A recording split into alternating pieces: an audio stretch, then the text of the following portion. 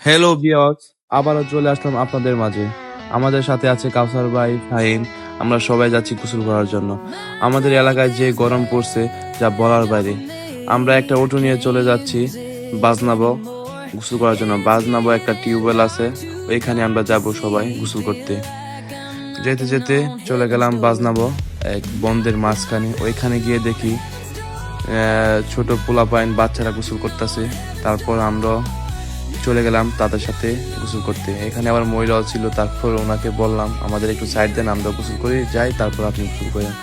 তারপর আমি আর আমার বন্ধু চলে গেলাম ওইখানে গিয়ে পরিবেশটা দেখলাম কিরকম। গিয়ে দেখি ছোট মানুষ ভরপুর, সবাই গোসল করতেছে।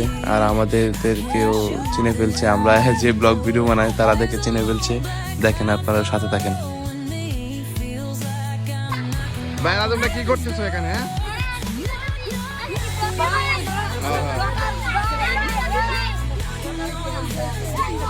আমরা ঢাকা থেকে আসছি। ঢাকা থেকে